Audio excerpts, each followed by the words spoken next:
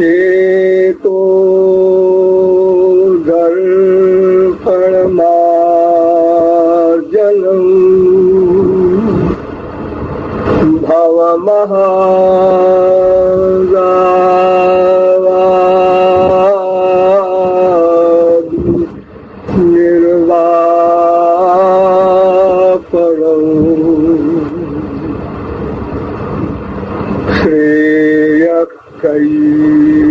कैरवचंद्रिका वितरणौ विद्या बभूजीवनम्।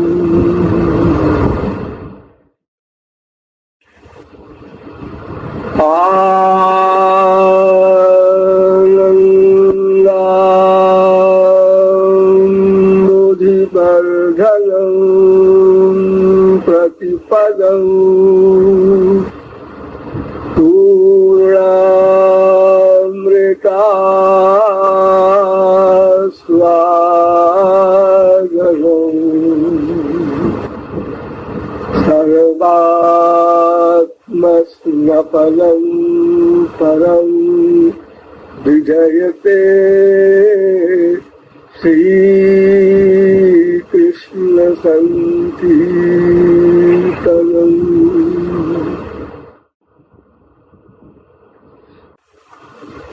वन्दे वृन्दावनानन्दा राधिका परमेश्वरी।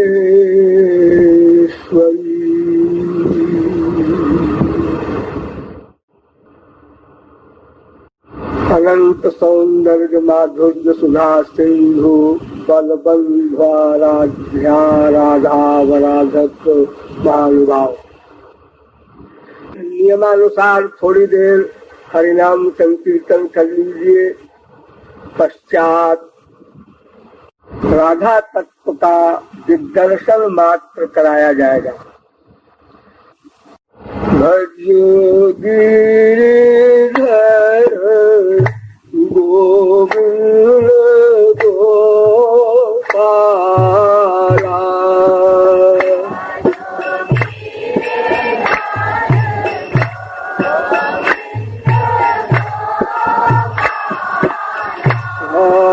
भजो गिरिधर गोविंद गोपाला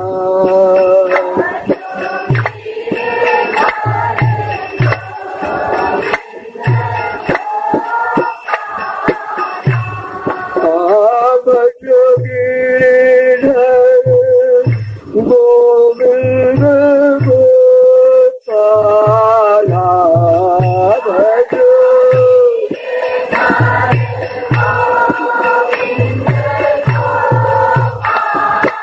भजो भजो गिरिधर गोविंद गोपाला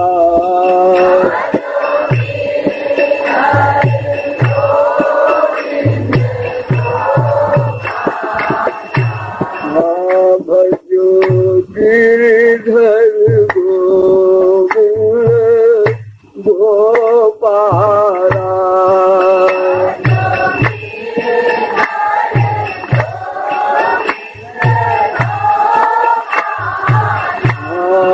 भजो प्रेम अगाधा श्री राधा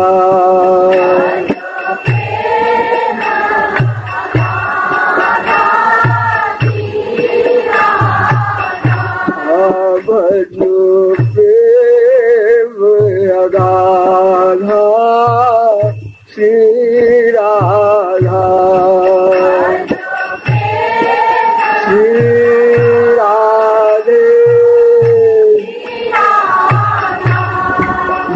अलबेली सरकार की।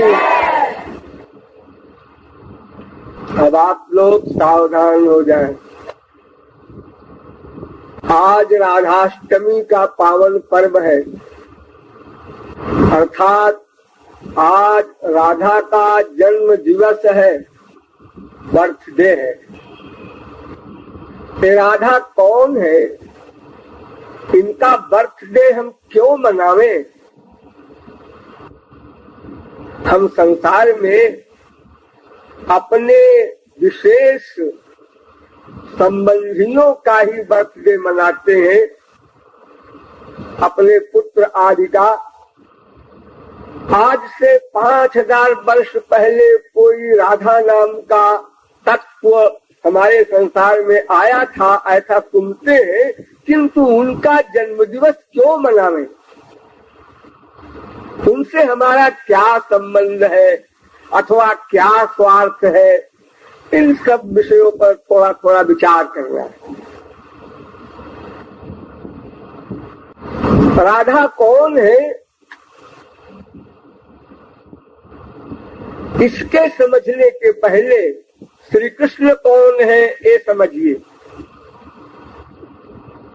क्योंकि परम धन राधे नाम आधार, परम धन राधे नाम आधार। हर जाहि श्याम मुरली महते रत, असुमिरत बारंबार, परम धन राधे नाम आधार। कोटिन रूप धरे नंद नंदन, तौ न पायो पार, परम धन राधे नाम आधार। जब अनंत रूप धारण करके भी श्री कृष्ण नहीं पार पा सके, तो उस राधा तत्व के विषय में और कोई कुछ बताने का दुस्साहस करे, इससे बड़ा कोई पागलपन नहीं हो सकता। यानी फुल मैच इससे नीचे है, ये लोग उसके भी आगे, तो मैं अपना नाम क्यों लिखाऊं उसमें? अच्छा चलो श्री कृष्ण के बारे में विचार करते हैं कि श्री कृष्ण को तो जाना जा सकता है, समझा जा सकता है। वेदों ने उत्तर दिया, द्युपतय एव ते यजुना, द्युपतय एव ते न यजुरंतमनंत तया त्वमपि। वेदों ने कहा है श्री कृष्ण, तुमको ब्रह्मादिक भी नहीं जान सके। ब्रह्मा, विष्णु, शंकर, बृहस्पति, सरस्वती, ये जो बड़ी बड़ी अथॉरिटीज है, ये भी नहीं जान सकती। और तो और श्री कृष्ण तुम भी अपने आप को नहीं जानते। लो और लो, तुम भी नहीं जानते अपने आप को, तो और कौन जानेगा? Complete surrender. क्यों? इसलिए कि तुम्हारी हर चीज अनंत मात्रा की है, तो जो लिमिटेड हो, सीमित हो, उसको कोई नाप सकता है। इस समय तो तुम्हारे पास इंद्रियां भी माइक, मन भी माइक, बुद्धि भी माइक, इसलिए श्री कृष्ण संबंधी चंचुक प्रवेश भी नहीं हो सकता। लेकिन अगर ये दिव्य भी हो जाए, इंद्रिय मन बुद्धि, तो भी अनंत होने के कारण उसका अंत नहीं पा सकते। जब अंत है ही नहीं तो पाएंगे कहां से? फिर भी जहां तक बताया जा सकता है और जहां तक जानना आवश्यक है, वहां तक वेदों ने भी बताया, शास्त्रों ने भी बताया, पुराणों ने भी बताया, गीता, भागवत, रामायण सब आप लोग सुने। ये श्री कृष्ण कौन है? और इनका राधा से क्या संबंध है, पहले ये समझिए। कृष्णो हवै हरि परमो देव सद्विधैश्वर्य परिपूर्णो भगवान गोपी गोपसेभ्यो वृंदाराधितो वृंदावनाधिनाथः स एक एवेश्वरः तस्य हवै द्वैतनुर्नारायणो किल ब्रह्माण्डाधिपतिरेकोऽंश प्रकृते प्राचीनो नित्या तस्य शक्त्यस्त्वनेकधा। एक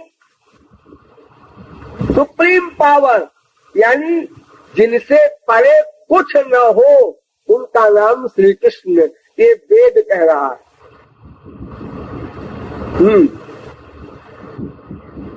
तो ये जो वेद कह रहा है कि जिससे परे कुछ न हो, यस्मान् नास्ति परात् परः, महाभारत कहता है। मत्तः परतरम नास्ति किंचिदस्ति धनंजय, गीता कहती है। जिससे परे कुछ न हो वो श्री कृष्ण है। लेकिन वेद कहता है हाँ है वो श्री कृष्ण, लेकिन वे श्री कृष्ण भी जिसकी आराधना करते हैं वो राधा तत्व है। कृष्णेन आराध्यते इति राधा, श्री कृष्ण जिसकी आराधना करते हैं वो राधा तत्व है। तो फिर परात्पर तत्व राधा तत्व हुआ, श्री कृष्ण कैसे परात्पर तत्व कहे जाएंगे। समस्त विश्व श्री कृष्ण की आराधना करता है और श्री कृष्ण राधा तत्व की आराधना करते हैं। तो वो राधा तत्व क्या है, उसका क्या काम है, क्या कमाल है कि श्री कृष्ण उसकी उपासना करते हैं।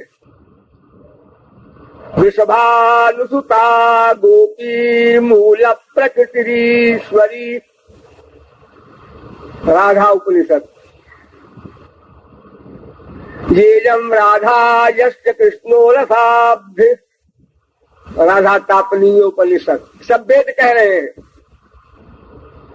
ब्रह्म वैवर्त पुराण में स्वयं श्री कृष्ण ने कहा कि राधैवाराध्यते मया, मैं राधा की ही आराधना करता हूँ, मेरा आराध्य और कोई नहीं। केवल एक पर्सनैलिटी है, राधा तत्व। इसलिए ब्रह्म वैवर्त पुराण में फिर कहा राधे सर्वापराधं में क्षमस्व परमेश्वरी। हे राधे हमारे अपराधों को क्षमा करते रहना। यही बात हम लोग श्री कृष्ण से कहते हैं, वही बात श्री कृष्ण राधा तत्व से कह रहे हैं। तो जिसकी उपासना श्री कृष्ण करते हैं वो राधा तत्व है क्या, उसका रहस्य क्या है, वो परात्पर तत्व को श्री कृष्ण कहे जा रहे हैं। हाँ, बुद्धि लगाइएगा। देवा ब्रह्मणो रूपे मूर्तन चैवा मूर्तन च, वेद कहता है उस परात्पर तत्व का दो रूप है, एक निर्गुण निर्विशेष निराकार और एक सगुण सविशेष साकार। दो रूप है, वेद कह रहा है। और सब ने कहा मूर्तन चैवा मूर्तम द्वे एव ब्रह्मणो रूपे उपनिषत्तयोर्वा द्वौ भक्तौ भगवदुपदिष्टौ क्लेशात्मा मुक्ति स्यादेतयोर्मध्ये। शंकराचार्य तक ने माना कि ब्रह्म के दो रूप है, एक निर्गुण निर्विशेष निराकार। वो क्या है, वो एक सत्ता है, पर्सनैलिटी है और कुछ नहीं है उसमें, कोई शक्ति नहीं, उसमें कोई शक्ति नहीं। देवकी ने अपनी स्तुति में श्री कृष्ण के सामने कहा था रूपं यत्तत् प्राहुरव्यक्तमाद्यं ब्रह्म ज्योतिर्निर्गुणं निर्विकारं सत्ता मात्रं निर्विशेषम निरीहम, ऐसा है वो ब्रह्म। यानी अदृष्टम अव्यवहार्यम अग्राह्यम अलक्षणम अचिंतम अव्यपदेश में कातु प्रत्ययसारम प्रपरितोपशमम शिवम अद्वैतम। वेद कहता है वो अदृष्ट है, अव्यवहार्य है, अग्राह्य है, अलक्षण है, अचिंत्य है, अप्राप्य है। अरे ऐसा कैसा? बस ऐसा ही है। वो न कुछ कर सकता है, न कुछ वो शरीर तक नहीं धारण कर सकता, मन उसके नहीं, बुद्धि उसके नहीं, इंद्रियां उसके नहीं, बस सत्ता मात्र है वो, उसको ब्रह्म कहते हैं। तो ज्ञानियों का आराध्य है, जो अहम ब्रह्मास्मि के सिद्धांत के अनुसार चलते हैं, उनका वो आराध्य है ब्रह्म। हाँ, अब देखिए, सावधान हो जाइए। ऐसा ब्रह्म जो किसी काम का नहीं, किसी काम का नहीं। अरे काम का क्या होता? उसके न शरीर है, न इंद्रियां है, न मन है, न बुद्धि है, न कोई बात कर सकता है, तो वो किस काम का होगा? हाँ, इतना है कि चेतन है, जड़ नहीं है। ये तकिया एक जड़ है, ये भी कुछ नहीं कर सकता। और ब्रह्म चैतन्य है, लेकिन वो भी कुछ नहीं कर सकता। तो चैतन्य होने से अपना क्या मतलब? किसी जीव का कोई क्या मतलब? वो कुछ करते ही नहीं, सृष्टि भी नहीं कर सकता। अरे वो संकल्प तक नहीं कर सकता, सृष्टि क्या करेगा? तो कुछ नहीं करता। ऐसा ब्रह्म था। फिर क्या हुआ? फिर राधा तत्व आया, विष्णु शक्ति पराप्रोक्ता क्षेत्रज्ञाख्या तथा परा अविद्या कर्म संज्ञान्या तृतीया शक्ति रुच्यते। ये महाशक्ति आई एक, पराशक्ति। पराशक्ति राधा तत्व। इसने क्या किया? ये सब कुछ कर सकता है, ब्रह्म कुछ नहीं कर सका। लेकिन राधा तत्व जब आया तो उसने अपने 3 रूप बनाए, लादिनी संधिनी संबित स्वयेका सर्व संशय। अपना एक रूप बनाया संधिनी शक्ति वाला, एक संबित शक्ति वाला, एक लादिनी शक्ति वाला। 3 रूप बना लिया अपना राधा तत्व ने। फिर क्या किया? फिर उसने ब्रह्म को पकड़ा। फिर क्या किया? सगुण साकार बना दिया। वो जो ब्रह्म सत्ता मात्र था, वो उस पराशक्ति के कारण सगुण साकार श्री कृष्ण बन गया। अब उसके शरीर भी हो गया, इंद्रियां भी हो गई, मन भी हो गया, बुद्धि भी हो गई, सब कुछ हो गया और सबका वर्क भी अब वो करने लगा। तो उस राधा तत्व ने संधिनी शक्ति के द्वारा श्री कृष्ण का रूप बनाया, उनका नाम, उनका गुण, उनमें लीलाएं और उनके धाम गोलोक जो आप लोग नाम सुनते हैं, वो भी बना दिया। ये सब राधा तत्व ने बनाया। ब्रह्म का कोई लोक फोक नहीं होता। ये जो आप लोग सुनते हैं गोलोक, थोड़ा समझ लीजिए इसको। ये आपका एक ब्रह्मांड है। ये ब्रह्मांड कितना बड़ा है, इसका अनुमान इसी से लगाइए कि लाइट 1 सेकंड में 1,86,284 मील की स्पीड में भागती है, यानी 3 लाख किलोमीटर 1 सेकंड में। जो आपको सूरज दिखाई पड़ता है, उसकी लाइट आपके पास 8 मिनट में आती है।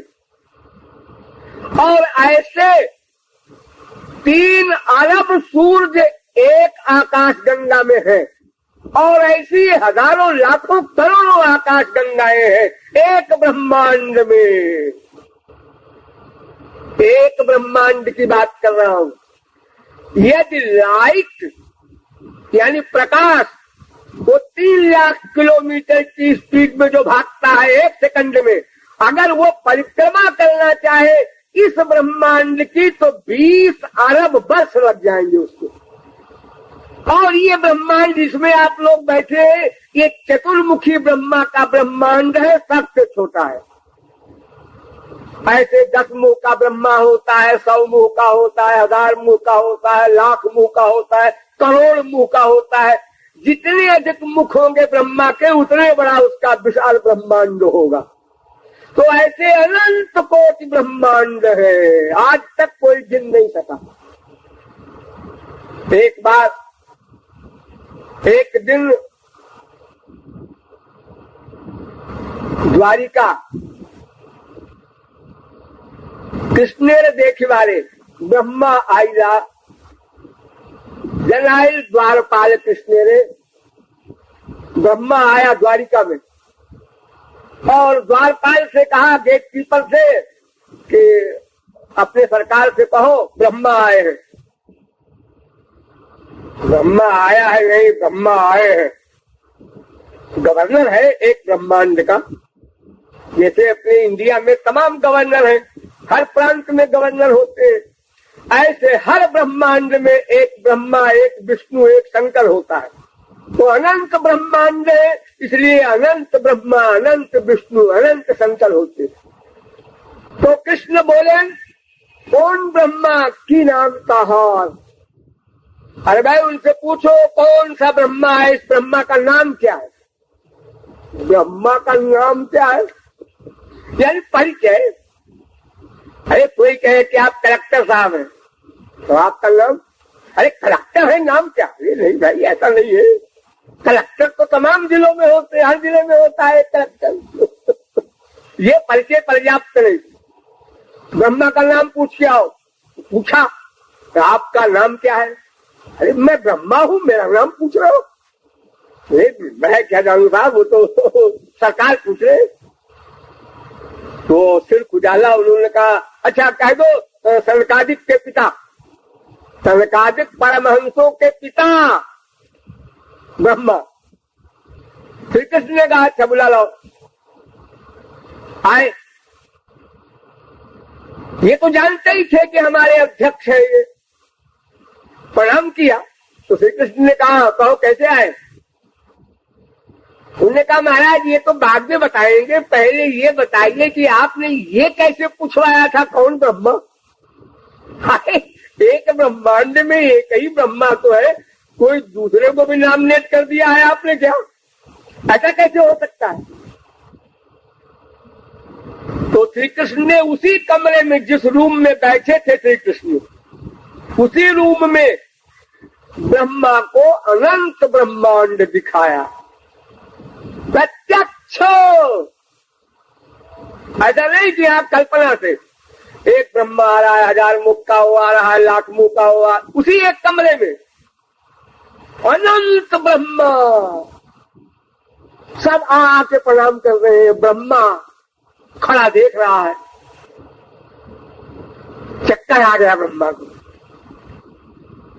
और उसने याद किया कि जब श्री कृष्ण छोटे से थे तो मैं एक बार चक्कर खा चुका हूँ, कुछ ग्वाल बाल बछड़े हर ले गया था ना, तो फिर गड़बड़ हो रहा है मेरा माथा, कुछ सावधान हो गया। उसने कहा, महाराज समझ गया वेरी वेरी सॉरी, क्षमा मांगा उसने। यानी अनंत कोटि ब्रह्मांड का ये माइक लोक है, बस कितना समझो। इसके ऊपर एक विरजा नदी है, कारणारणो उसे कहते हैं, और विरजा भी कहते हैं उसको। वो दिव्य है, उसका जल मेटीरियल नहीं। वहां कोई मायाबद्ध जीव नहीं जा सकता, कोई देवता भी नहीं जा सकता, सूर्य चंद्र कोई नहीं जा सकते वहां कारणारणों में। उसमें परमहंस लोग जाते हैं, जो पूर्ण परमहंस है। उसके ऊपर परव्योम लोक है, वैकुंठ धाम, जिसे आप लोग कहते हैं ना, हमारे पिताजी का वैकुंठ बात हो गया। तो तो वहां है वैकुंठ, वहां माया वाया जाने का सवाल ही नहीं।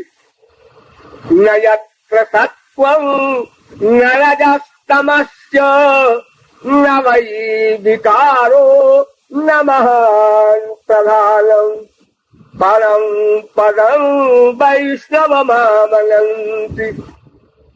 यद्गत्वा न निवर्तन्ते तद्धाम परमं मम। दिव्य पुरे येष संव्योम्यात्मा प्रतिष्ठिता, वेद कह रहा। यतत्र सूर्यो भाति न चंद्र तारकम नेमा विद्युतो भांति कुतोयम अग्नि। वहां ये सब सूर्य चंद्र आदि की गति नहीं है वैकुंठ में। तो उस वैकुंठ के और आगे के जितने अवतार होते हैं हुए हैं हमारे यहाँ, नृसिंह भगवान वगैरह, इन सब के लोक है वैकुंठ के ऊपर। उसके ऊपर तस्योपरि गवाम लोकः साध्यास्तम पालयन्ति ही, उसके ऊपर गोलोक। तो उस गोलोक को और परव्योम लोक को, यानी विरजा नदी से ऊपर गोलोक तक राधा तत्व ने संधिनी शक्ति के द्वारा बनाया और श्री कृष्ण को साकार बना दिया। श्री कृष्ण को भी साकार बनाया, उनका लोक भी बनाया, उनका नाम रूप गुण लीला सब बनाया। और दूसरी जो उनकी शक्ति थी संबित, उस संबित रूप से उन्होंने श्री कृष्ण में अनंत ऐश्वर्य सौंदर्य माधुर्य भर दिया। अनंत अनंत शब्द न भूलना। इतना सौंदर्य की श्री कृष्ण अपना ही रूप देखकर स्वयं मोहित हो जाते हैं, परछाई देखकर स्वयं मोहित हो जाते हैं। महाविष्णु को भी मोहित करने वाले श्री कृष्ण स्वयं मोहित हो जाते हैं। इतना सौंदर्य श्री कृष्ण में राधा तत्व ने भरा संबित शक्ति से, और लादिनी शक्ति से सबसे बड़ी वस्तु दिया ठाकुर जी को, प्रेमानंद। तो राधा तत्व ने ब्रह्म को सगुण साकार बनाया, उनके नाम रूप लीला गुणधाम बनाए और अनंत सौंदर्य माधुर्य ऐश्वर्य उनमें भरा और प्रेमानंद दिया। और ये सदा से दे रखा है, एक दिन नहीं कह सोचना समझना, अनादिकाल से सनातन राधा तत्व, सनातन श्री कृष्ण, अतएव सनातन। ये दोनों रूप उनके हैं, निर्गुण निर्विशेष निराकार, सगुण सविशेष साकार। अब वो जो शक्ति मिल गई श्री कृष्ण को राधा की, तो जब जो चाहे संकल्प से हो जाए। संकल्पादेवा स्तुतकरस्तमुत्तिष्ठन्ति स ईक्षत तदैक्षत स ईक्षां चक्रे। तो सोचा और हुआ। ईक्षतेर्ना शब्दम वेदांत कह रहा है, यानी अपहृत पापमा विजरो विमृत्युर विशोको विजिघत्तो पिपासा। ये 6 गुण तो पहले थे ही, लेकिन सत्य काम सत्य संकल्प ये राधा तत्व ने अपनी शक्ति के द्वारा डाला। तो सोचिए कि जब राधा तत्व ने ब्रह्म को श्री कृष्ण बनाया, तो इससे बड़ी बात और क्या होगी। यानी श्री कृष्ण का अस्तित्व ही राधा के हाथ में है। इसलिए वेद व्यास ने ब्रह्मांड पुराण में लिखा, ममैव पौरुषं रूपम गोपिका जन मोहनम। ये श्री कृष्ण का जो रूप है ना, ये किशोरी जी कहती है कि ये मेरा ही है बनाया हुआ, मेरी शक्ति से बना। अगर मैं अपनी शक्ति न देती तो ब्रह्म निर्गुण निर्विशेष निराकार ही रहेगा सदा। तो सोचिए उस राधा तत्व के बारे में कुछ लोग तो यहाँ तक कहते हैं कि भाई ये तो बाद में जोड़ दिया गया है, राधा तत्व कोई प्रामाणिक नहीं है। मैंने आपको वेदों से बताया, ऋग्वेद में 7 विभक्तियों में राधा शब्द आया है। कर्ता, कर्म, करण, संप्रदान, अपादान, संबंध, अधिकरण, हर विभक्ति में ब्राह्मणादिंद्रादता ऋग्वेद। विभक्तारम हवामहे वसोश्चित्रश्च राधसा ऋग्वेद। इदं ह्यन्मोजसा सुतं राधानां पते ऋग्वेद। तमाम मंत्रों में एक आक्षेप वेदव्यास पर होता है कि वेदव्यास ने राधा तत्व का वर्णन नहीं किया भागवत में। भागवत ग्रंथ में राधा शब्द का, राधा तत्व का निरूपण नहीं किया गया है। इसलिए लगता है कि राधा तत्व बाद में जोड़ा है लोगों ने।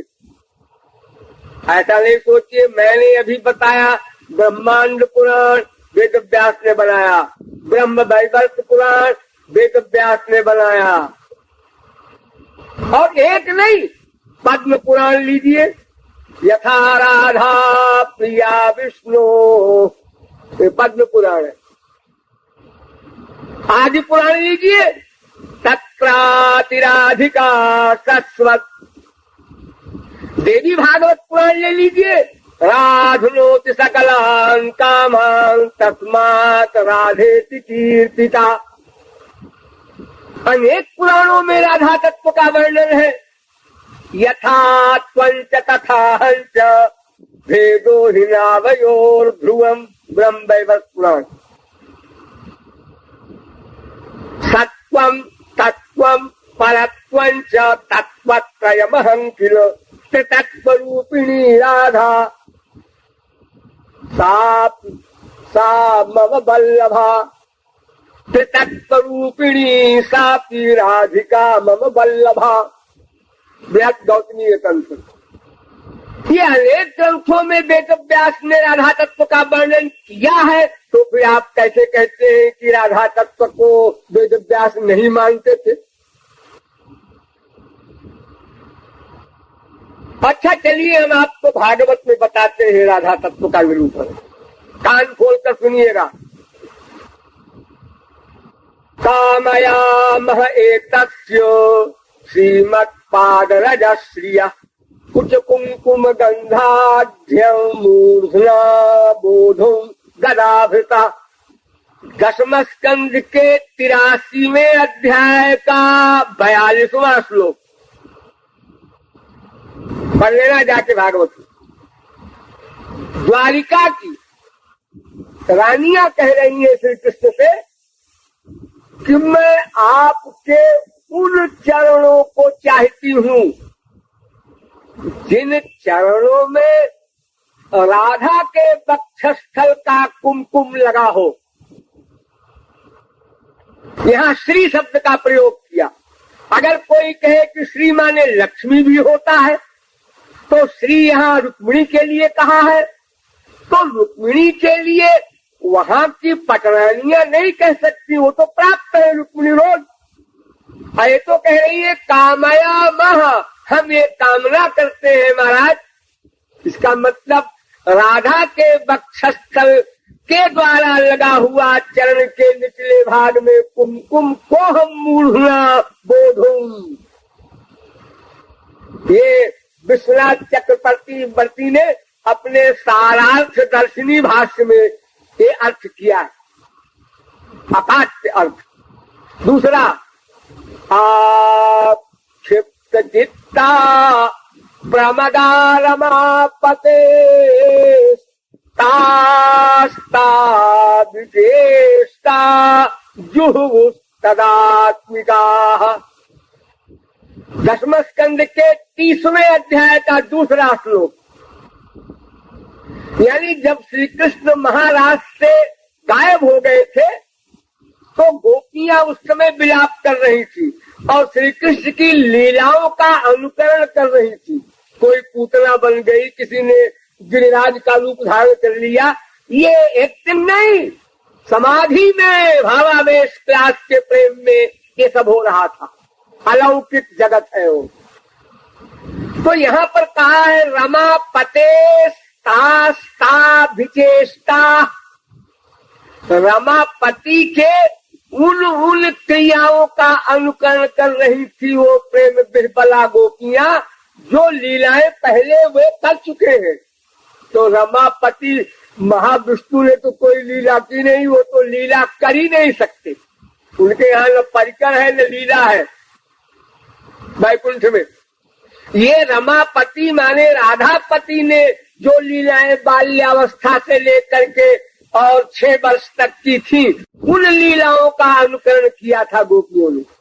अरे में रमेशो ब्रज सुंदरी यथार्भका स्वप्रतिबिंब बिंब, हे नाथ हे रमानाथ ब्रजनाथार्तिनाशन। अनेक प्रमाण भागवत में है। अनयाराधितो नूनं भगवान हरिश्वर, भागवत। जब राधा तत्व को साथ लेकर के श्री कृष्ण रास से अलक्षित हो गए तो वहां पर गोपियों ने कहा था अनयाराधितो नूनं भगवान हरिश्वर, अस्वराधसा ब्रह्मणिरंस्यते नमः, निरस्तसाम्यातिशयेन राधसा स्वधामनि ब्रह्मणिरंस्यते नमः। अनेक स्थलों पर राधा तत्व का निरूपण भागवत में भी है। और एक बात और है, वैष्णव का ये भी मानना है यथा प्रियंगु पत्रेषु गूढ़मारुण्य मिश्यते श्रीमद्भागवते शास्त्रे राधिका तत्वमीदृशम्। जैसे मेहंदी का पत्ता होता है, आप लोगों ने देखा होगा, हरा हरा होता है, लेकिन लगाने पर वो लाल लाल कर देता है। तो वो लालिमा उसमें रहती होगी तभी तो लाल लाल कर देता है, वरना हरे हरे पत्ते तो तमाम पेड़ों के होते हैं। किसी को पीस के आप लगाइए हाथ में, वो लाल नहीं होगा। तो जैसे मेहंदी के पत्ते में लालिमा गुप्त रूप से है, उसी प्रकार भागवत में राधिका तत्व गुप्त रूप से है। और फिर राधा ही क्यों, ललिता विशाखा चंपक लता किसी का नाम नहीं है भागवत में, एक का भी नाम नहीं है। आप सुनिए कृपालु की राय, क्यों नहीं है? वो सुखदेव परमहंस का मूड ऑफ हो गया था, ये रीजन है। मूड ऑफ हो गया था। अरे इतने बड़े महापुरुष का कहीं मूड हुआ करता है? अरे मूड माने विचार, क्या कैसा मामला है, ये मूड ऑफ क्यों हुआ था वो भी सुन लो। तम में निरे बला मूढ़ा सैनम चानुव्रतम रहा, भागवत में लिखा। सुखदेव परमहंस बता रहे थे परीक्षित को कि वे गोपियां बड़ी मूर्ख थी, वे पढ़ी लिखी लक्ष्य गंवार, इतनी मूर्ख थी कि वो पर ब्रह्म श्री कृष्ण को ऐसा समझती थी कि सैनम, ये तो स्त्री जाति के पीछे दीवाना है, बस लंपट है, और कोई विशेषता श्री कृष्ण की वो न जानती थी न मानती। सैनम यानी स्त्री को देखा और फिसल गया, बस ये इसकी स्थिति है, यही इसकी परिभाषा है। अथवा यो समझ लो कि सबसे बड़ी उसकी एक कमजोरी है। और फिर ऐसा भी नहीं कि कोई स्त्री मोहित हो जाए तो फिर धीरे धीरे चिट्ठी पत्री हो, बात बढ़े, आगे बढ़े, ऐसा कुछ नहीं। रास्ता चलते और पकड़ लिया, चल है मुझसे प्यार कर ले, और सुनो इनसे प्यार कर लो, हाँ हाँ कर ले, तूने बड़ी तपस्या की है करोड़ों वर्ष, तू वेद की ऋचा है मैं जानता हूँ, और तुझको मैंने वरदान दिया था, मैं वही ब्रह्म श्री कृष्ण आ गया हूँ, पहचान ले रोएगी। तो त्रैणम स्त्रियों का लंपट और ज्ञानुप्रतम उनका गुलाम। उड़ीसा में एक कीर्तन होता है, गौरांग महाप्रभु का वो बताया हुआ, कविनी रसिया रमणी रंकागो काही गोले मुररी फुंका कविनी रसिया, यानी स्त्रियों का रसिया और रमणी रंग का सुंदर लड़की देखा कि वहाँ रंग भिखारी बन गया, ऐसे ओ श्याम सुंदर तुम कहाँ चले गए, ऐसा कह कह करके गौरांग महाप्रभु रोया करते थे। यही ये डिग्री दिया श्री कृष्ण को ये तो सब वेद वेदांत के विद्वान थे गौरांग महाप्रभु, वो भी ऐसे ही बोल रहे। तो वो ब्रज गोपियां तो वैसे तो वेद की ऋचाओं की अवतार है, जो थर्ड क्लास की गोपियां है वो, और जो फर्स्ट क्लास की है वो तो गोलोक से आई है। लेकिन सुखदेव परमहंस कहते हैं कि भाई वो गोपियां जो थी मूढ़ा, बड़ी मूर्ख थी, और वो परम ब्रह्म श्री कृष्ण को त्रैणम चानुव्रतम ऐसा मानती थी। और तमेव परमात्मानं जार बुद्ध्या संगता, और उन श्री कृष्ण को उन लोगों ने जार भाव से प्यार किया, यानी भगवान तो क्या महात्मा क्या कुछ नहीं, एक संसारी जैसे कोई लड़की किसी लड़के में आसक्त हो जाए, इस प्रकार के प्यार को जार पति कहते हैं। घर में पति है और दूसरे पति से प्यार कर रही है, इसको जार कहते हैं संस्कृत में।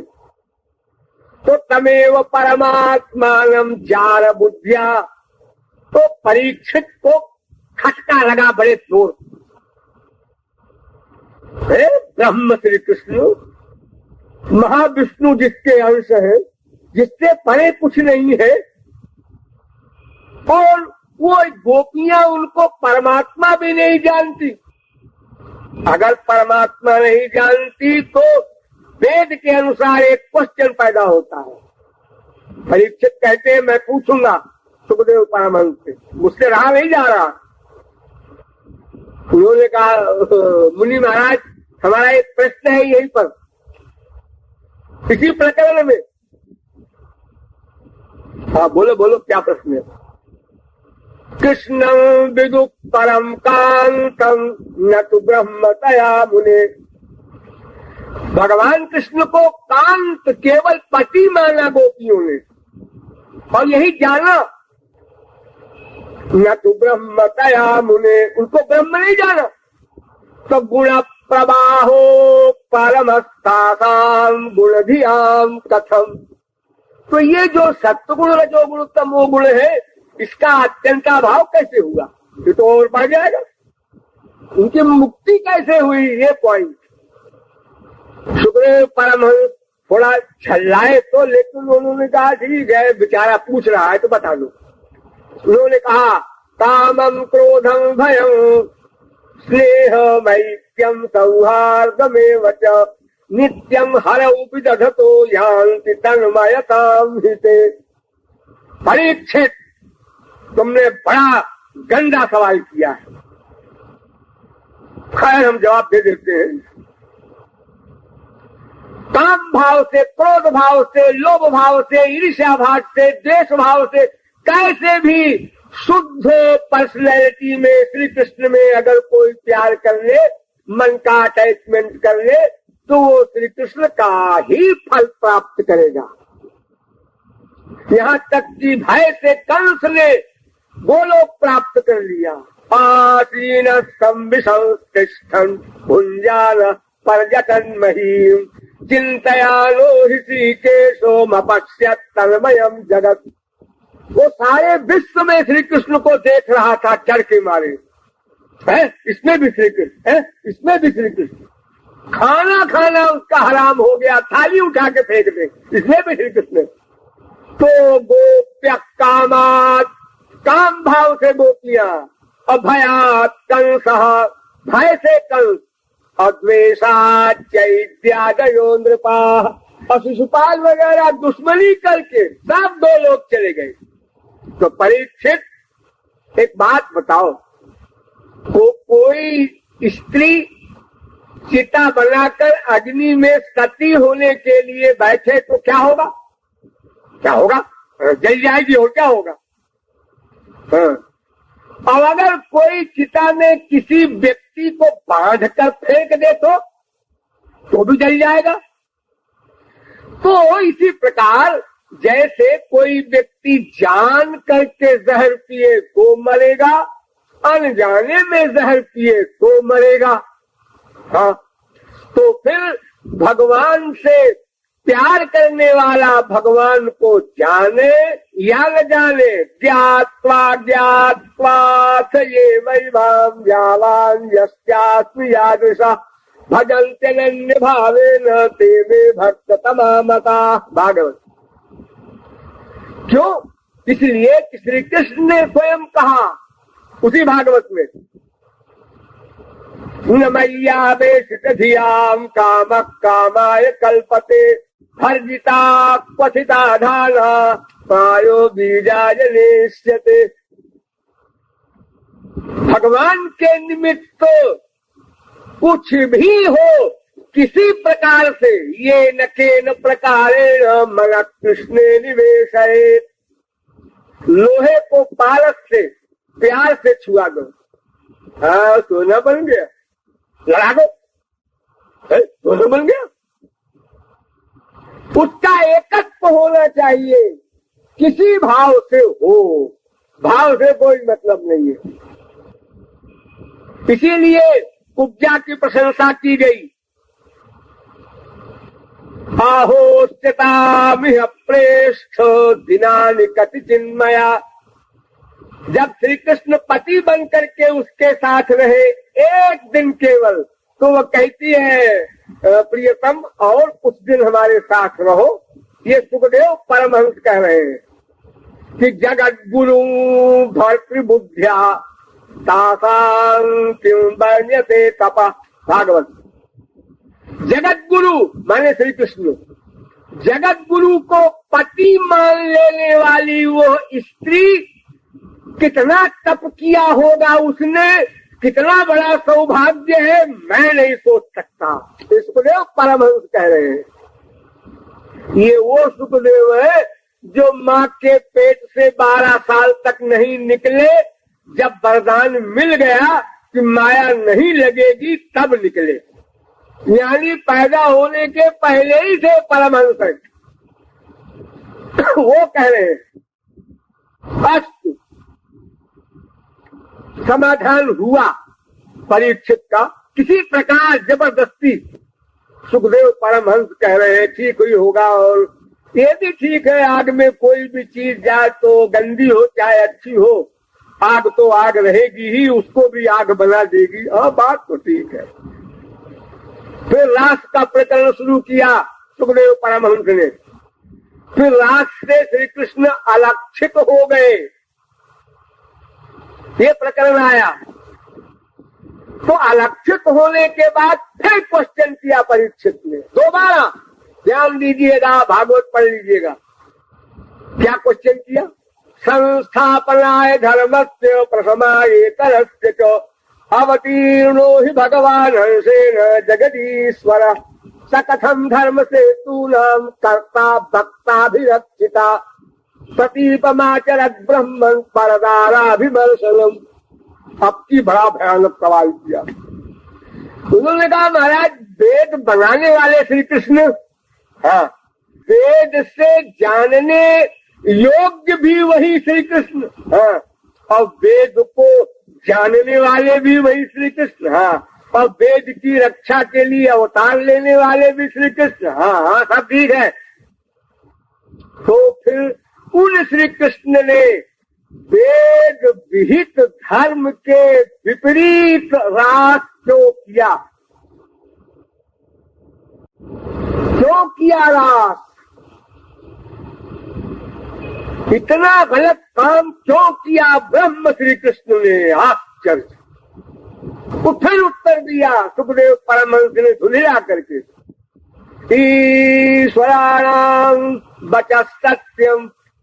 देखो परीक्षित, महापुरुष और भगवान के वचन मानो, उनकी आज्ञा मानो, उनके कार्य मत देखो। जाल चित्ते कृष्ण प्रेमा करे उदय, तार वाक्य क्रिया मुद्रा विज्ञे न बुझे। भगवान और महापुरुष के कार्यों को तुम तो क्या सरस्वती बृहस्पति नहीं समझ सकते। वहां मत जाओ, अपने एरिया में रहो। तुम्हारी बुद्धि से जो परे है वहां बुद्धि मत लगाओ। क्यों? कि धर्म व्यतिक्रमो दृष्टो ईश्वराणां साहतम तेजीयसाम न दोषाय बन्ने सर्वभुजो यथा। देखो अग्नि सब कुछ खा जाती है, जिसको भी अग्नि से मिलना हो मिल ले, वो किसी को एतराज नहीं करती और सबको अग्नि बना देती है। इसी प्रकार जो ईश्वर लोग हैं उनमें ये शरीर संबंधी धर्म के विपरीत आचरण होगा, लेकिन उनके लिए वो दोष कुछ नहीं है। शंकर जी हालाहल पी गए और नीलकंठ की डिग्री मिल गई, लेकिन तुम अगर एक छटाक संखिया भी खा लोगे तो 0/100 हो जाओगे। तुम नकल मत करो, अपनी हैसियत में रहो। संसार में लोग कहते हैं ना, अरे भाई जरा अपनी हैसियत में रहो। तुम्हारी स्पिरिचुअल पावर क्या है, कितनी है, उसको पहले तौलो, नापो, समझो। वहां मत जाओ, वहां जो गया वो लौटा नहीं। आप लोग पढ़ते हैं रामायण गीता भागवत, जिन जिन को ऐसे चक्कर लगे हैं तो उनको बड़े बड़े भगवान शंकर तक ने कह दिया कि महामोह उपजाऊर तोरे मिटई न भेगी कहे खग मोरे। अस्तु अनेक प्रकार से समझाया, समाधान किया, लेकिन ध्यान दीजिए यहीं पर उन्होंने रास का प्रकरण ही बंद कर दिया। ये राजा रहा बहुत दिन परीक्षित, तो इसका दिमाग खराब हो गया है, ये राजसी प्रकृति का हो गया है। हमें तो इसका उद्धार करना है उस तक्षक सांप से, इसलिए अब इसको रासवास की बात सुनाना बेकार है। वहीं पर उन्होंने समाप्त कर, ये अधिकारी नहीं है। संसार में अगर कोई अधिकारी न हो तो उसके आगे वो बात सुनाई नहीं जाती। सुनाते सुनाते सुनाते हम आप लोगों के सामने प्रवचन देते हैं तो हम नोट करते रहते हैं कि आप लोग समझ रहे हैं कि नहीं। अगर गहराई में हम ले जा रहे हैं और आप नहीं समझ रहे हैं तो हम भी वही काट देते हैं कि बिना वजह आपका खोपड़ा भंजन हो और आप समझे ही नहीं, तो इसलिए डीप फिलॉसफी हम क्यों बोले। तो सुखदेव परमहंस ने वही काट दिया। तो न राधा का नाम, न ललिता विशाखा का नाम, किसी का नाम नहीं आया। वो प्रकरण ही कट गया वही। अस्तु, मुझे इतना कहना है कि भागवत में भी राधा तत्व है, गुप्त भी है, प्रकट भी है। फिर उन्हीं वेद व्यास के बनाए हुए पद्म पुराण, देवी भागवत पुराण, मत्स्य पुराण, आदि पुराण, ब्रह्म वैवर्त पुराण आदि में तो तमाम विस्तार से राधा तत्व का वर्णन है, लीलाएं हैं, गर्ग संहिता आदि में है। इसलिए कुछ भोले भाले लोग जो ऐसी बातें करते हैं तो आप लोग उस पर ध्यान न दें, अथवा उनको मेरे पास भेज दें। हाँ, तो अब आप समझ गए, राधा तत्व और श्री कृष्ण तत्व दो नहीं है। राधा तत्व शक्ति शक्ति, श्री कृष्ण शक्तिमान। तो शक्तिमान शक्ति के अंदर में रहता है, शक्ति का उपासक होता है। ये शंकराचार्य जो हुए 2500 वर्ष पहले ये शक्ति को नहीं मानते थे। तो एक बार ये कश्मीर गए शास्त्रार्थ करने एक विद्वान से, तो इनको पेचिश हो गई। 3-4 दिन इनको इतनी पेचिश हुई कि चक्कर आने लगा। तो एक सुंदर लड़की उनके सामने आकर कहती है, अरे भाई ओ शंकराचार्य, तुम शास्त्रार्थ करने आए हो यहाँ पर ना? तो बड़ी मुश्किल में बोले, हाँ। तो फिर बैठ जाओ, हो जाए हमारा तुम्हारा शास्त्रार्थ। तो शंकराचार्य ने कहा कि अरे देवी माफ करो, इस समय तो मैं बोल भी नहीं सकता, ये मेरा हाल हो गया है, इतनी पेचिश हो रही है 4 दिन से, मेरे में शक्ति नहीं है बोलने की। वेद में एक कथा है उद्दालक श्वेत केतु की। उद्दालक ने श्वेत केतु को बताया शिष्य के रूप में कि हम लोग जो खाना खाते हैं उससे मन बनता है। मन, ये आइडियाज जो आपके बनते हैं, सात्विक खाना खाएंगे सात्विक आइडियाज बनेंगे, राजस खाना खाएंगे राजस आइडियाज बनेंगे, तामस खाना खाएंगे तो तामस आइडियाज बनेंगे। तो श्वेत केतु को बड़ा आश्चर्य हुआ। उन्होंने कहा कि ये तो कुछ बात जमती नहीं, खाने से क्या संबंध मन से? मन निराकार है, खाना साकार है। तो उन्होंने पूछा, तो गुरुजी ने कहा कि अच्छा बता देंगे क्या आफत मचाए, अभी बताना जरूरी है क्या? उन्होंने कहा देखो, आज से तुम्हारा उपवास चलेगा, खाना पीना बंद, 15 दिन तक खाना पीना नहीं दिया, उसकी हालत खराब हो गई। तब बुलाया और उन्होंने कहा कि बेटा अमुक वेद का अमुक शाखा का अमुक मंत्र बोलो को। उन्होंने कहा गुरुजी कुछ नहीं याद है। उन्होंने कहा क्यों? उन्हें वो उपवास कराया आपने 2 हफ्ते, इसलिए सब भूल गया, कुछ वेद मंत्र याद नहीं। उन्होंने कहा अच्छा आश्चर्य, आजा भाई इन्हें खिलाओ पिलाओ, कुछ रस दो, मौसमी का फल दो। दूसरे दिन फिर बुलाया, तो भाई क्या हाल है? हाँ सुनिए गुरुजी, ये कल तुमने क्यों नहीं सुनाया? संबंध है कि नहीं खाने का? तो शंकराचार्य से वो लड़की महाशक्ति महादेवी थी, वो आई थी। उन्होंने कहा तुम तो शक्ति को मानते नहीं हो, फिर क्यों कहते हो कि आज शास्त्रार्थ करने की शक्ति नहीं है? तात्पर्य ये कि हम लोग संसारी लोग जो है वो भी शक्ति के गुलाम हो। बुढ़ापे में जब खाट पे पड़ जाते हैं हम लोग, तो कोई कहता है अरे भाई मक्खी तुम्हारे बैठी हुई है, इसको हटा दिया करो। अरे भाई अब हाथ नहीं उठता, अब कैसे हटा दे, शक्ति नहीं रही। शक्ति का गुलाम है हर एक संसारी व्यक्ति भी। अरे साहब एक दिन वो था जब मेरी जवानी थी कि मैं अगर मुक्का मार दूं तो दीवार टूट जाए, ऐसे गप्पे लोग बड़ी बड़ी करते हैं ना।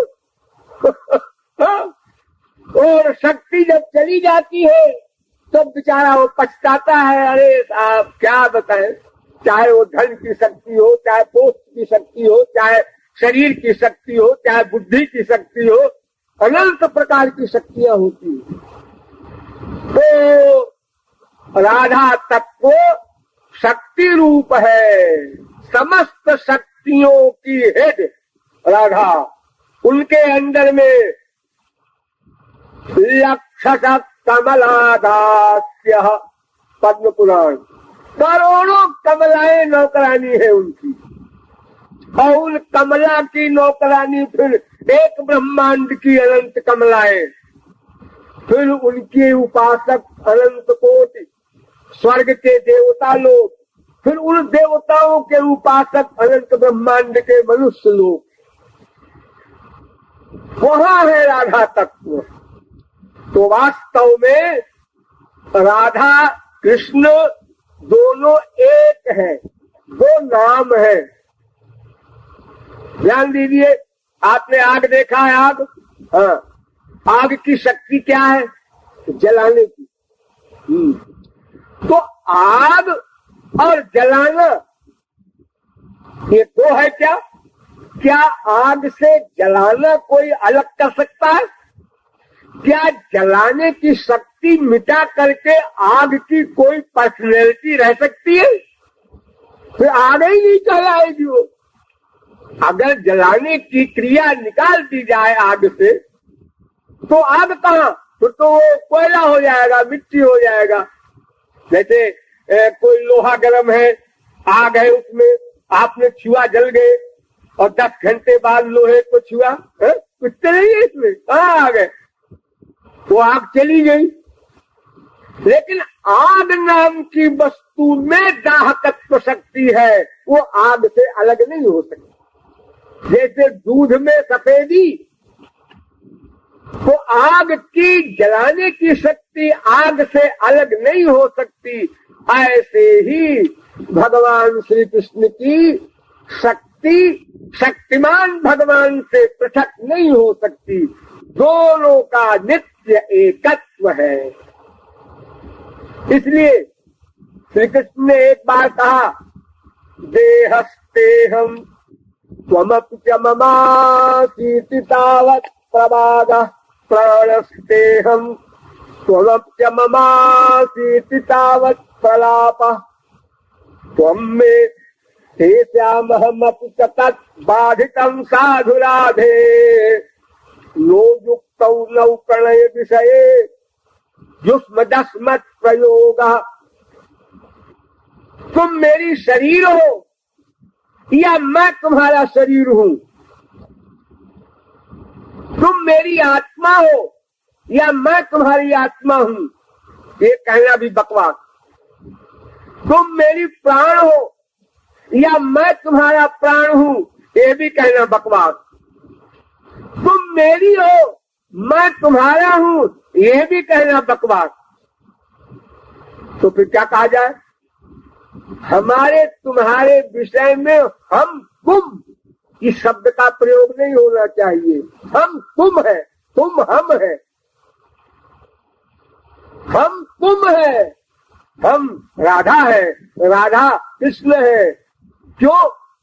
इसलिए कि एक ही तत्व दो बन गया है। साइमेवात्मानं द्वेधा पातयत्, दो बन गया, एक ही दो बन गया।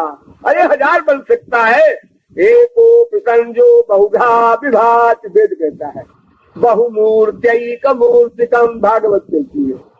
अनंत रूप धारण किए करते ही है, रात में किया और 16,000 स्त्रियों से ब्याह किया, तब किया। अनंत ब्रह्मांड में अवतार लिए रहते हैं अनंत रूप से।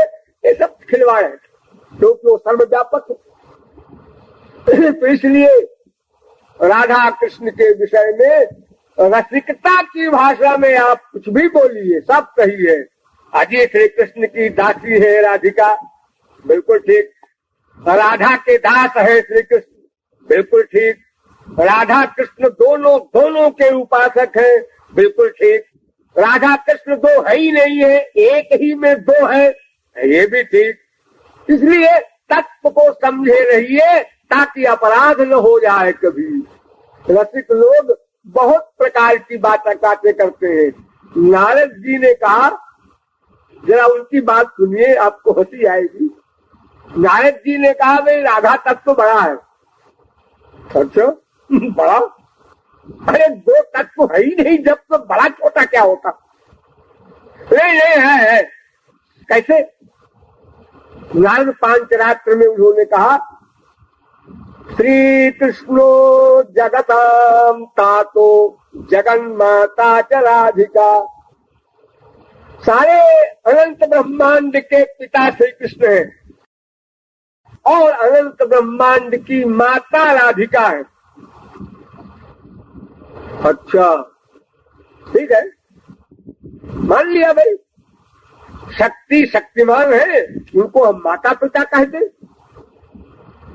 तो सुनो फिर इसके आगे, पितु सतगुणा माता वंद्या पूज्या गरीयसी। पिता से सैकड़ों गुना ऊंचा स्थान माँ का माना है वेदों ने, शास्त्रों ने, पुराणों ने। ये सन्यासी जो हो जाते हैं, ये दंड कमंडल लेके चलते हैं, आप लोगों ने देखे होंगे, ये सर्वत त्यागी कहलाते हैं। लेकिन अपनी माँ को प्रणाम करने का इनके लिए भी कानून है। गुरु को प्रणाम करो, अपनी माँ को प्रणाम करो, फिजिकल माँ को, जो जगन मिथ्या कहते हैं। तो नारद जी कहते हैं पिता से सैकड़ों गुना ऊंचा स्थान माँ का है, इसलिए राधिका का स्थान ऊंचा है। ठीक है, ऐसे मान लीजिए। लेकिन ऐसी दुर्भावना ना आने पावे श्री कृष्ण कोई और है, राधा कोई और है, और उनसे ऊंचा स्थान है, उनका नीचा है। ये सब लीला जगत में सब कुछ हुआ करता है। अरे राधा कृष्ण की तो कौन कहे, भक्त और भगवान के विषय में इतनी बड़ी बड़ी बातें हैं कि आश्चर्य में पड़ जाए जीव। यशोदा मैया की गोद में जाने के लिए ब्रह्म जमीन पर लौटता हुआ रो रहा है। श्री कृष्ण नारद जी पहुंच गए। उन्होंने देखा कि ये स्त्री एक है और एक छोटा सा बच्चा है, और स्त्री की गोद में जाने को बच्चा रो रहा है, और हमको ये बताया गया है कि भगवान का अवतार हो गया है। तो भगवान की गोद में जाने के लिए जीव रोता है, तब इस हिसाब से ये स्त्री भगवान होगी और जो रो रहा है जीव होगा। लेकिन अवतार लिया है अगर, तो एकदम से वो भगवान इतना बड़ा कैसे हो गया? मैया यशोदा तो बूढ़ी हो रही थी, तो बुढ़ापे में हुए थे श्री कृष्ण, समझ में नहीं आया बेचारों को। तो कहते हैं किं ब्रूमस्त्वां यशोदे कति कति सुकृत क्षेत्र वृंदान पूर्वं गत्वा कीदृग्विधानैः कति कति सुकृतान्यर्जितानि त्वयैव नो शत्रु न स्वयंभूर् न च मदन रिपुर्जस्य लेभे प्रसादं तत्पूर्णं ब्रह्म भूमौ विलुठति विलपत् क्रोधमारोढ़ुकामं। ब्रह्मा विष्णु शंकर की समाधि में जो नहीं जाता, वो मैया तेरी गोद में जाने के लिए रो रहा है, और तू कहती है जा जा खेल, छुट्टी नहीं है मुझे, दिन भर लगा रहेगा गोद में। अनोखा यही लाला है, ये डांट लगा रही मैया। बताओ, यहाँ तो राधा की बात नहीं है, फिर भी इतनी बड़ी बात हो रही है। जीव का इतना बड़ा स्थान ऊंचा कर दिया गया है, तो वहां तो कोई झगड़ा ही नहीं। अतएव तो राधा की उपासना करो केवल, और श्री कृष्ण उसके अंतर्गत मान लो, वो भी ठीक। या श्री कृष्ण की उपासना करो, राधा को उनके अंदर मानो, ये भी ठीक। अथवा राधा कृष्ण दोनों को साथ रख के उपासना करो, वो भी ठीक। देखिए, अब काम की बात थोड़ी हो जाए। राधा तत्व, श्री कृष्ण तत्व के विषय में इतना जान लीजिए, वेद से लेकर के समस्त ग्रंथों में शक्ति शक्तिमान के रूप में माना गया। शक्ति शक्तिमान में कोई भेद नहीं हुआ था। शक्ति शक्तिमान को नहीं छोड़ सकती, शक्तिमान शक्ति को नहीं छोड़ सकती, अभिन्न है दोनों। 4 प्रश्न किए थे सनातन गोस्वामी ने गौरांग महाप्रभु से। उन 4 प्रश्नों को समझ लीजिए और उनके उत्तर समझ लीजिए, बस सब उसी में निहित है सार। पहला क्वेश्चन, भक्ति किसे कहते हैं? दूसरा क्वेश्चन, भक्ति किसकी करनी है? तीसरा क्वेश्चन, भक्ति किसको करनी है? चौथा क्वेश्चन, भक्ति ही क्यों करनी है? ये 4 प्रश्न किए। तो पहला प्रश्न तो बस सीधा सीधा है, भक्ति किसे कहते हैं? वेद व्यास ने इसकी परिभाषा लिखी है, भजैत्येष वै धातु सेवायाम परिकीर्तिता तस्मात् सेवा बुधैः प्रोक्ता भक्ति साधन भूयसी। भक्ति शब्द का अर्थ ही होता है संस्कृत में सेवा। भज धातु से तीन प्रत्यय होके भक्ति शब्द बनता है, तो भज धातु का अर्थ है सेवा। भज सेवायाम, तो भक्ति माने सेवा। ठीक, तो भक्ति माने सेवा है, तो किसकी भक्ति करनी चाहिए? जो अपना हो उसकी भक्ति करनी चाहिए। जो अपना हो।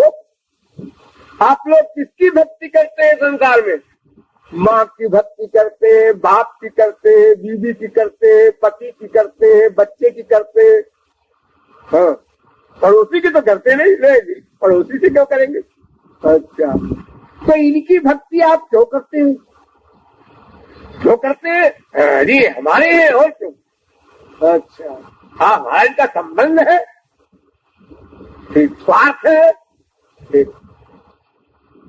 अच्छा ये बताओ कि तुम अनादिकाल से अब तक कितने बाप बना चुके, कितनी माँ बना चुके, कितनी बीवी, कितने पति बना चुके, कितने बेटे बना चुके, बेटियां बना चुके, कितने? अरे जन्म ही अनंत हो गए तो कितने क्या बताऊं? हर जन्म में बनाते हैं। अगर कुत्ते की योनि में गए तो वहां भी 10-20 बच्चे होंगे, गधे की योनि में जाएंगे वहां भी हमारे माँ बाप बच्चे सब होंगे। ये तो हर जन्म में माँ बाप, स्त्री, पति, बेटा सब बनाना पड़ा। तो अनादिकाल से अब तक अनंत माँ बाप, बेटा, स्त्री, पति बन चुके। हाँ, तो फिर वो आपके तो नहीं थे जो चले गए? अरे वो टेम्परेरी तो थे। हाँ, टेम्परेरी थे। तो आपका बाप कब मरा? जब मैं 20 साल का था, जब मैं 30 साल का था। अच्छा, आपका पति कब मरा? आपकी बीवी कब मरी? अरे कोई न कोई तो आगे पीछे मरेंगे, सब इकट्ठा तो मरेंगे नहीं। हाँ, और मरने के बाद इकट्ठा भी अगर मार दो सबको तो भी वो अपने कर्म के अनुसार जाएगा, वो अपने कर्म के अनुसार जाएगा। वहाँ ये नहीं चलेगा कि पिताजी हम भी चल रहे हैं, ठहरो। तो ये हमारा जो संबंध है संसारी माँ बाप, बेटा, स्त्री, पति का क्षणिक है, प्लस स्वार्थ युक्त है। जितने दिन का है उसमें भी गड़बड़ है। अगर हमने पिता की बात नहीं माना तो पिता कहता है बेटा 1 पाई नहीं दूंगा, ट्रस्ट में दान कर दूंगा, समझे?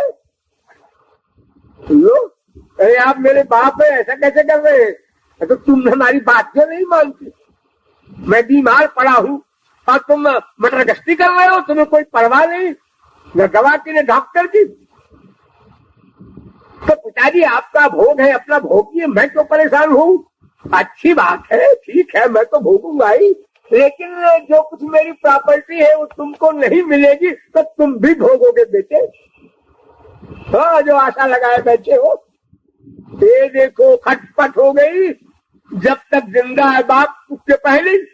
अरे दिन में 10 बार होती है मियाँ बीवी में, आप लोगों को अनुभव है, वो कच्चा चिट्ठा मैं तो बताऊं। जरा स्वार्थ गड़बड़ हुआ कि खटपट स्वार्थ सिद्ध हुआ, बस प्यार हो गया। तो ऐसा संबंध जो हमारा है संसार का, टेम्परेरी भी है, वो भी नहीं है एक दिन का भी निश्चित। लेकिन श्री कृष्ण का हमारा संबंध तो जीवात्मा परमात्मा का है। हम शरीर तो है नहीं, ये शरीर हमारा है, हम शरीर नहीं। शरीर नश्वर है, हम नश्वर नहीं। हम श्री कृष्ण के अंश हैं। और जिस जिस योनि में हम सदा जहाँ जहाँ गए, सदा श्री कृष्ण हमारे साथ रहे। द्वादपर्णा सरुजा सखाया, वेद कहता है। एक क्षण को उन्होंने साथ नहीं छोड़ा हमारा। ऐसे हमारे साथी है। और हितैषी कितने हैं ये तो हम सोच ही नहीं सकते। माँ के पेट में हमारा शरीर बन गया, बाप ने बनाया है। अरे बाप को माँ को क्या पता शरीर कैसे बनता है, किसी से पूछो तो ये कैसे बनता है, बन जाता है, वे क्या मालूम कैसे बनता है। और पैदा होते ही माँ के स्तन से दूध निकल आया, और पहले तो नहीं निकलता था। हाँ पहले नहीं थी वो, पहले आवश्यकता नहीं थी, इसलिए भगवान ने किया होगा कि आप लोगों ने कोई कमाल किया है, किसी डॉक्टर से कराया है कोई कमाल दवा खा के नहीं जी, ये तो नेचुरल ऐसे ही है, ऊपर वाला है कि नीचे वाला है कुछ बात ऐसी। हाँ यानी एक एक क्षण के हमारे लिए सब वो प्रबंध कर रहा है, देखभाल कर रहा है, हमारे पिछले अच्छे कर्मों का फल दे रहा है बिना हमारे मांगे। हम तो जानते भी नहीं थे हमने पिछले जन्म में क्या पुण्य किया है, क्या सत्संग किया है, क्या दान किया है, लेकिन वो हमको फल दे रहा है, अकारण कृपा कर रहा है, सकारण नहीं। उसको क्या मिलना जुलना है, हम क्या देंगे उसको। शरीर गंदा, मन गंदा, बुद्धि मासे अल्लाह, क्या है हमारे पास देने को कि भगवान उसको ले लेंगे, संत उसको ले लेगा। एक डायोजनीस संत हुआ है, डायोजनीस वो काठ के घर में रहा करता था। तो सिकंदर बादशाह जो अपनी इंडिया में तमाम लूट लाट के गया था, ये उसके पास गया और कहा महाराज तो सेवा लगा है, धूप छोड़ में सेवा करेगा ये गधा, हीरे मोती से सेवा होती है। महाराज मैं वैसे नहीं कह रहा हूँ, थोड़ी बहुत जो सेवा। अच्छा तो सुन, ये मैं यहाँ पीपे में रहता हूँ, ये मक्खियां बहुत परेशान करती हैं, तो इनको रोक दे। महाराज मक्खियों को मैं क्या कर सकता हूँ, जब तुम मक्खी पर शासन नहीं कर सकता तो क्या कहता है कि मैं बड़ा भारी राजा हूँ, भागे।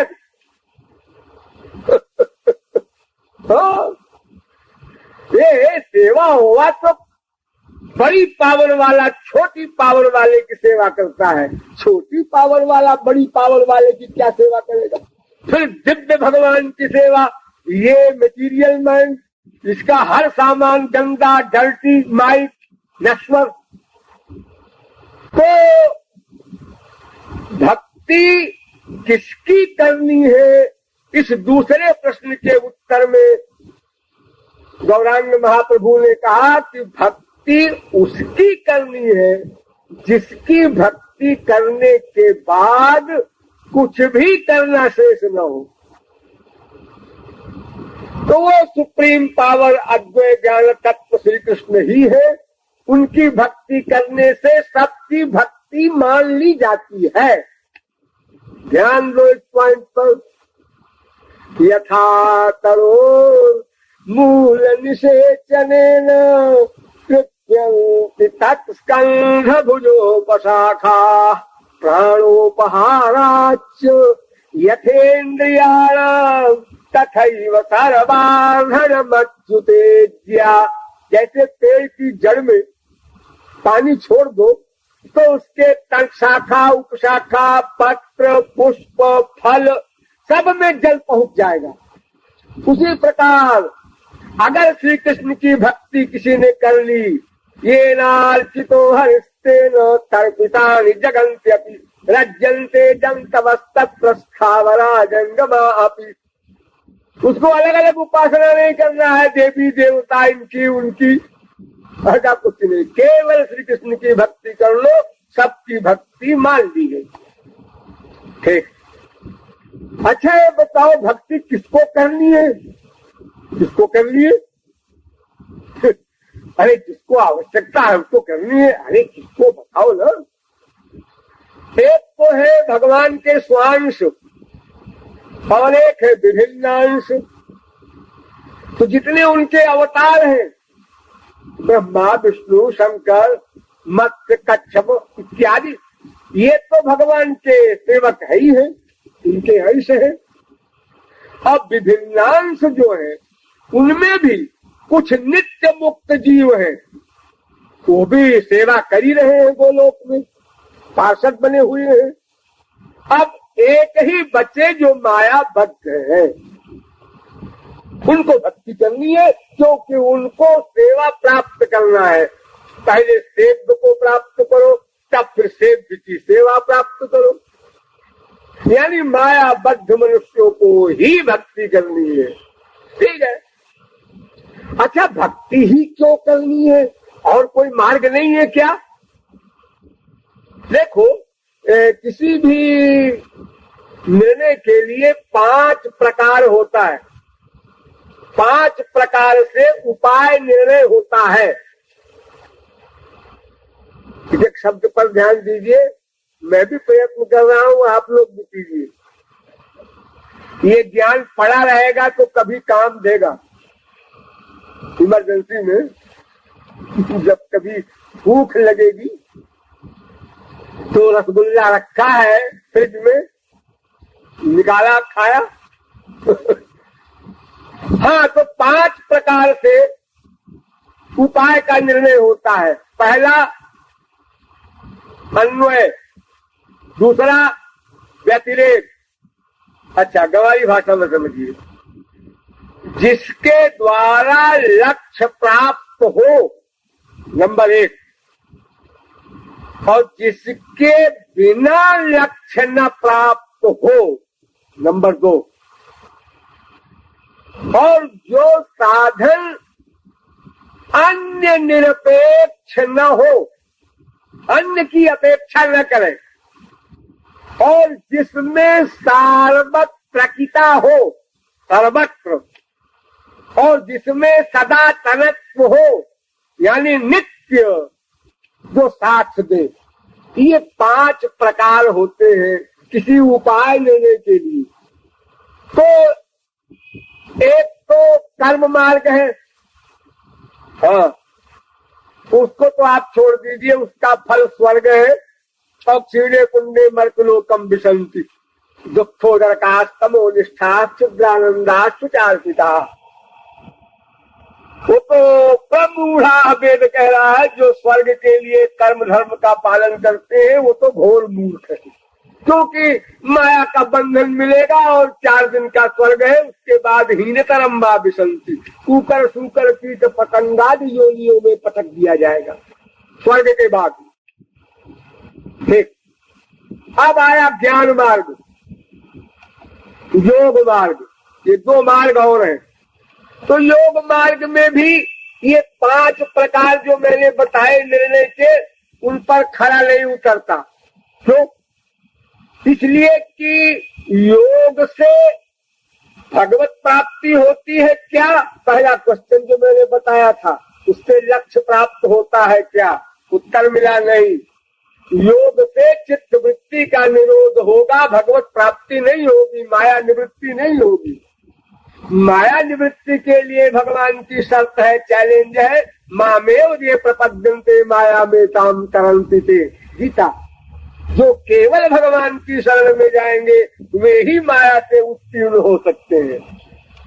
दूसरा पॉइंट भी नहीं चलेगा कि जिसके बिना लक्ष्य न मिले, तो योग के से लक्ष्य ही नहीं मिलना है, तो उसके बिना लक्ष्य मिलने का सवाल ही नहीं। भक्ति से लक्ष्य मिलता ही है, और सार्वत्रिकता भी नहीं है इसमें कायदे कानून है। योग सीखना है आपको, तो गीता कहती है सुचौ देशे प्रतिष्ठाप्य स्थिरमासनमात्मनः।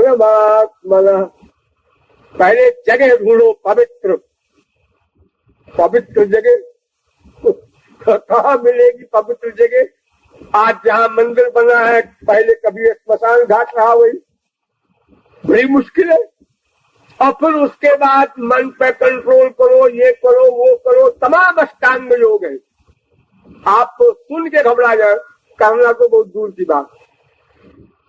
अरे उद्धव शरी के परमहंस ने श्री कृष्ण से कहा, तु दुश्चरा मन्ने योग चल जा मनात्मन। महाराज, ये योग मार्ग तो हमारे बस का नहीं है। अथातयानंद दुघं पदाम्बुजं हंसा श्रये रंजन बिल्लोचन। महाराज, आपकी भक्ति हमको दे दीजिए, ये योग हमारे बस का नहीं। इसलिए कर्म मार्ग भी बेकार हुआ सिद्ध, और योग से भी हमारा काम नहीं बना, और इतनी सारी उसमें अधिकारी आदि की मुसीबतें हैं, नियम है, कानून कायदे हैं, वो हर एक के बस का नहीं। और अगर कर भी ले कोई तो भगवत प्राप्ति नहीं होना। अब रहा ज्ञान, इसका बड़ा नाम है। हाँ, लेकिन ज्ञान में पहली गड़बड़ी तो यह है कि निर्विण्णा नाम ज्ञान योगा, 4 साधनों से संपन्न पूर्ण निर्विण्ण व्यक्ति ही उसका अधिकारी। ऐसा व्यक्ति को 5 अरब में 5 भी नहीं मिलेगा। तो परिभाषा पढ़ लीजिएगा, साधन चतुष्टय किसे कहते हैं, अधिकारी ही नहीं मिलेगा। और फिर अगर चले भी तो श्रेयस्थिति भक्ति मुदस्यते विभो कृष्यन्ति ये केवल बोध लब्धये तो तेषामसौ क्लेशलयेव शिष्यते। उनको विचारों को बस वही कष्ट ही मिलेगा, परिणाम में माया निवृत्ति या भगवत प्राप्ति का सवाल ही नहीं। क्यों? देखिए, 2 प्रकार की माया होती है, स्वरूपावरिका माया, गुणावरिका माया। तो ज्ञानी लोग तत्त्वमसि तत्त्वमसि तत्त्वमसि का चिंतन करते करते अहम ब्रह्मास्मि यहाँ तक पहुँचते हैं। तो ये पृथ्वी, जल, तेज, वायु, आकाश, अहंकार इतने को पार कर जाते हैं। उसके आगे महान प्रकृति, ये तो आवरण रह जाते हैं। उनका उद्भेदन कोई विश्व में ज्ञानी नहीं कर सका, वो भक्ति से उसका भेदन होता है। यानी गुणावरिका माया का अत्यंताभाव भक्ति के द्वारा ही होगा। इसलिए वो ज्ञानी भी लटका रहेगा बीच में। अगर किसी प्रकार वो मार्ग में चले, अधिकारी बने, कहत कठिन समुझत कठिन साधन कठिन विवेक होई गुणाक्षर न्याय जो पुण्य प्रत्युह अनेक।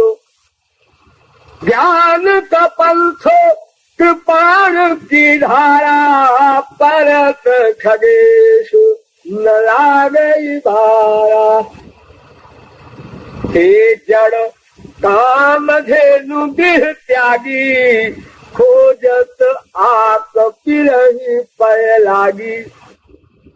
तो इसलिए हम ज्ञान मार्ग के द्वारा भी हमारा काम नहीं बना, और कठिनता इतनी अधिक कि अगर कोई उधर जाए भी तो आरोही कृच्छेण परम पदम ततः पतन्त्यधो नादृत युष्मगन्धया।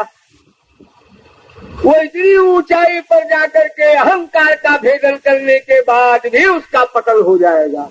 जड़ भरत तरीके परमहंस को हिरण बनना पड़ा, एक हिरण में आसक्ति हो गई थी। तो ज्ञान से भी काम नहीं बना, योग से भी काम नहीं बना, कर्म से भी काम नहीं बना। इसलिए भक्ति रे वैनम नयति भक्ति रे वैनम पश्चित वेद कहता है, भक्त्या हमें तया ग्राह्या। भागवत कहती है भक्त्या त्वनन्या सत्यो, गीता कहती है विनिश्चितं बदामि ते नान्यथा बचांसि मे हरिं नरा भजन्ति येति दुस्तरं तरन्ति ते। रामायण।